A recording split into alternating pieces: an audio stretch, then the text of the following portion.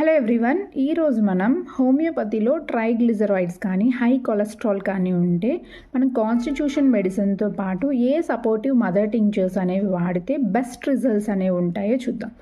So అల్లోపతిలో కానీ other systems of మెడిసిన్లో triglycerides కానీ హై కొలెస్ట్రాల్ కానీ ఉంది అంటే some group of combination of medicines ఒకరికి ఒకటి సెట్ అవుతుంది, ఇంకొకటి సెట్ అవుతుంది, అలా మార్చి ఇస్తూ ఉంటారు అంతే.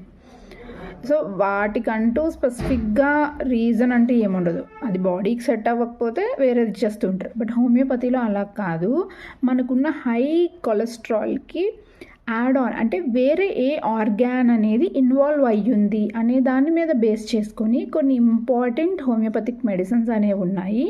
సో మనం వాటిని యూస్ చేసుకుంటే ఎటువంటి సైడ్ ఎఫెక్ట్స్ లేకుండా మనం ట్రైగ్లిజరాయిడ్స్ కానీ హై కొలెస్ట్రాల్ కానీ లేదంటే ఈ వెజల్స్లో వచ్చే కాల్షియం డిపాజిషన్స్ కానీ అలా డిఫరెంట్ అన్నిటినీ కూడా మనం క్లియర్ చేసుకోవచ్చు.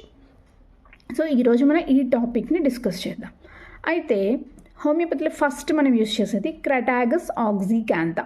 సో ఈ క్రెటాగస్ ఆక్సికాంతా అనేది హార్ట్కి రిలేట్ అయ్యి మనకి హై ట్రైగ్లిజరైడ్స్ కానీ హై కొలెస్ట్రాల్ కానీ ఉంటుంది. అంటే first high cholesterol along with high BP అనమాట. అండ్ నెక్స్ట్ అదేవిధంగా చాలా ఇరిటబిలిటీ ఉంటుంది వాళ్ళల్లో. ఆ ఇరిటబిలిటీతో నిద్ర కూడా సరిగ్గా పట్టదు, ఆయాసం చాలా ఎక్కువగా ఉంటుంది.